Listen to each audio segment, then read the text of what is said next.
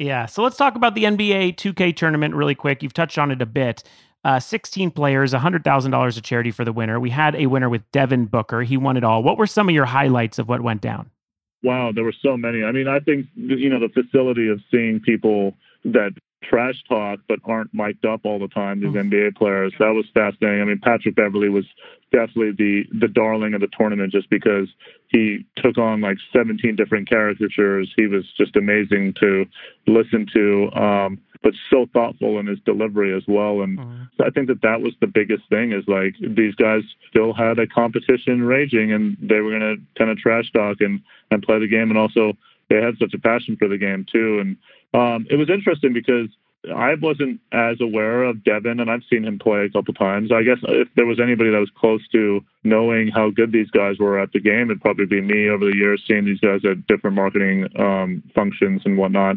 But every year the game innovates so much, so I really had no idea. I actually had Trae Young or Patrick Beverly winning the whole thing, and neither guy made even the finals. So, just the high level of quality, ability of the game, and for it to end up as two Phoenix Suns in the final, and that was kind of cool to watch two teammates play where you wouldn't normally see them battle it out. A real locker room kind of look like these two teammates are playing in 2K.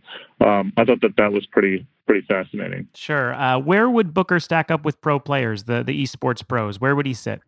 I say this a lot, but I think that the NBA players have one advantage, which is they ingrained over the years have so much knowledge about off-ball movement and the random, like just the play styles and the offensive and defensive philosophies of teams. But I think that they have a advantage there. I've watched NBA players that have literally never picked up the sticks and been actually pretty decent in our game. And I just think that they understand how people move without having the ball in their hands. And that's a big key to our game, which is hard for, a regular consumer to understand. Our esports gamers, though, our NBA 2K League pros are amazing. They are incredible. We have done a lot of vetting and, they make it through the combine and are the most heralded gamers, 3 years running now as we head into our third season of the NBA 2K League in the next couple of weeks on the 5th. What day is the 5th? Yeah, I mean, I'm sure it's all one day to you. Yeah. I get it. I mean, I think in during this time, all sense of the weekday has gone out the window for everyone. But they are very, very impressive. But, I mean, could an NBA 2K player who plays our game just over the years and plays it a lot, could they maybe make the league one day? I think it's possible. I definitely do.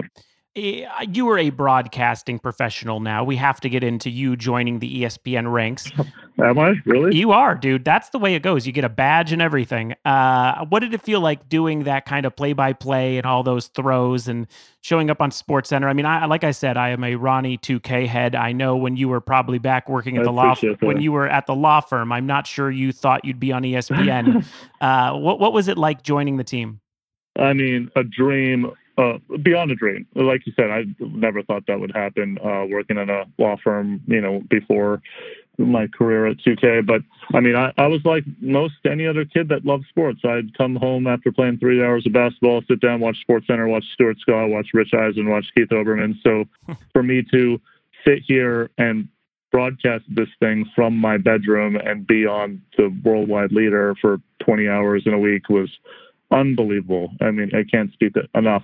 What people don't realize, though, is it wasn't just the hosting. Like, it was a lot of I wish I had taken a behind-the-scenes video. If it wasn't for, social distancing, I'm sure we would have, captured some other stuff. Not to mention, we probably wouldn't be shooting it from my bedroom. But I was, like having to use golf clubs to focus the camera because I was my own cameraman. I mean, there's a lot of behind the scenes to that.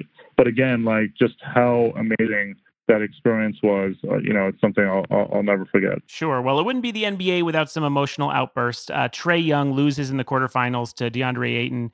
And in the final minutes, you kind of went at him a little on Twitter for blowing a lead. He came back with you, right at you, with some feelings about gameplay. You had a bit of a beef with Boogie Cousins. Did you ever think that, this was going to come down to you having actual beef with NBA players? I mean, come on, man. I assume you were a kid like me who bought 50 jerseys out of the East Bay catalog. Now here you are beefing with the guys who have jerseys for sale.